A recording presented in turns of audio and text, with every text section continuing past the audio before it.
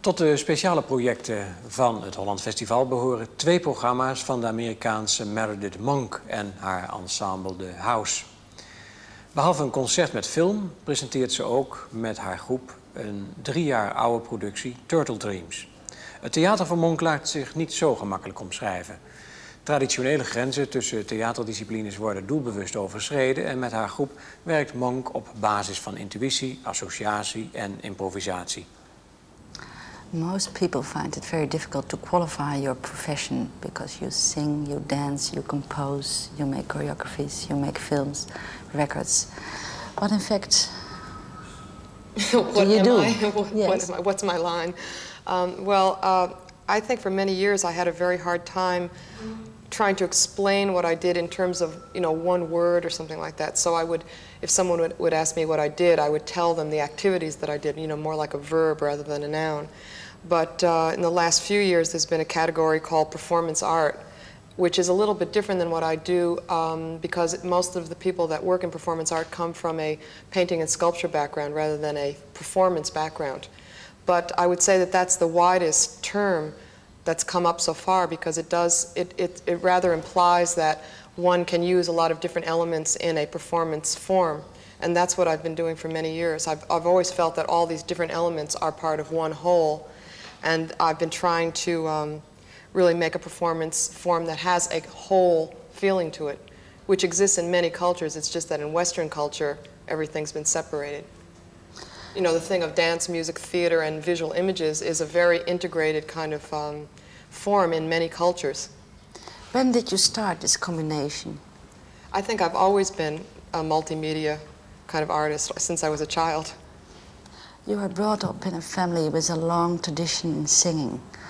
Was that an important influence? Yes, I think I was very lucky that I had music in my childhood. My whole childhood I was very exposed to music. My grandfather was a wonderful singer. I remember his voice very well. It was a beautiful Russian bass baritone voice. And he had a music conservatory and actually taught voice, taught opera, and taught, in the conservatory he had teachers that taught piano theory and harmony, that kind of thing.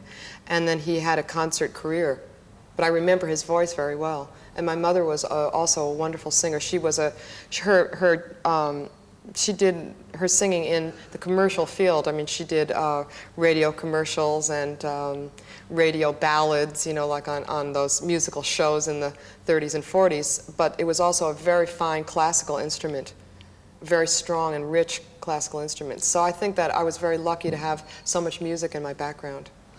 You come from a Russian family? I come from a Russian and Polish Jewish family. On my father's side is Polish Jews, my mother's side is Russian and German Jews.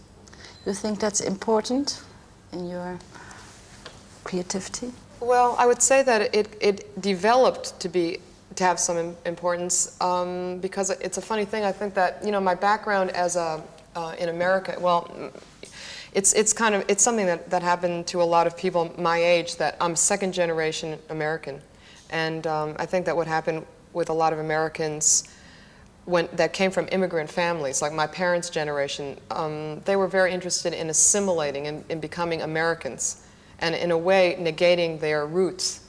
They came from immigrant families, and usually poor families.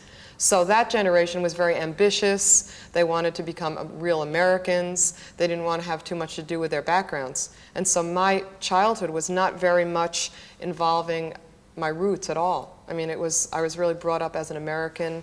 I didn't really go to temple or have any kind of religious background until I was about 12 or 13. It was kind of fragmented on that level. And I became much more interested in it, as I grew up and wanted to know more about it, which, they sort of laughed about. My parents kind of laughed about it. But I think that happened to a lot of people my age. And then as I was working, it was really after I had been working for many years, maybe like 8 or 9 years, I started drawing upon some of those roots, but in a kind of unconscious way. Like, for example, I think in Education of the Girl Child, when I was singing this piece called Biography, people would say, that really is like davening, which is something that's done in prayer. It's in Jewish prayer. It's like this. And I didn't really know what that was, not coming from an Orthodox family. And then I realized that it was really coming through me in a kind of a blood way, whether I was doing it consciously or not. And then I started drawing more consciously on those roots. Do you think you are helped by your voice in this way? Oh, yes, of course. Why? You mean in getting the roots? Yeah, I would say that I would say that the voice, for me, you know, it's like the center of my work, and I think it's really a miracle to work with the voice, because the voice is something that it really reaches places in the psyche and, you know, in the soul that I don't think that almost nothing else does. And so in a way, the voice is like an archaeologist or something. I mean, I think the voice gets to these, you know, to certain kind of centers emotionally, and I would also say, you know, in the way that you're talking about, that perhaps the voice went back to a kind of, you know, beginnings or roots for me that I wasn't really that aware of to start out with.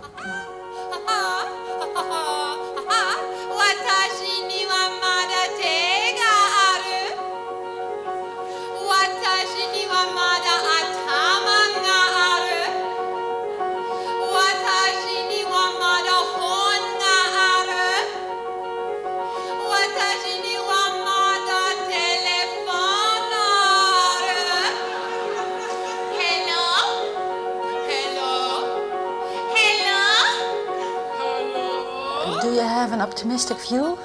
I'm trying to you know, at least be very conscious of what my role is as an artist in the society, like why I'm doing art right now, and try to contribute in some way. Mm-hmm. Do you regard your turtle dreams as a typical example of your way of thinking? Well, Turtle Dreams is, I tried to get to the sort of directness and immediacy that my music has. So I was trying to do a theater form that has that kind of immediacy. So in a way it gives the audience more freedom in a way to associate. You know, it has more to do with imagination than it does with, you know, okay, now this is about the Civil War and you have to use your mind in a very conscious way to figure out how all this stuff fits together. Mm-hmm. I was trying to do it more like giving the audience a kind of a thing that's very direct emotionally, that's also very direct perceptually, like sensually, mm-hmm. and that has a kind of evocative images that would set off things in each person's mind. But what's the cohesive concept behind the evocative images you're talking about? Well, the concept is really trying to, in a way, it's like a pre- and post-World War III cabaret piece. So it's definitely trying to deal with, you know, the nightmare of the apocalypse, and, you know, trying to deal with, trying to do a piece that's rather like a warning piece about what we have and what we're losing. And the turtle is the continuity, you know, kind of character in the piece.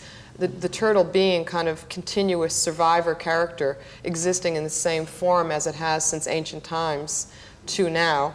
And then also at the end of the piece, where you have the film of the turtle in the city, and there's no one there except for this turtle. It's almost like you get the sense of time after human beings. So it really is. It's not really so much turtle. I was thinking in a way of why I called it Turtle Dreams, was that it has a lot to do with, in a way you could say, it's the turtle's eye point of view of, you know, looking at human beings almost from the outside.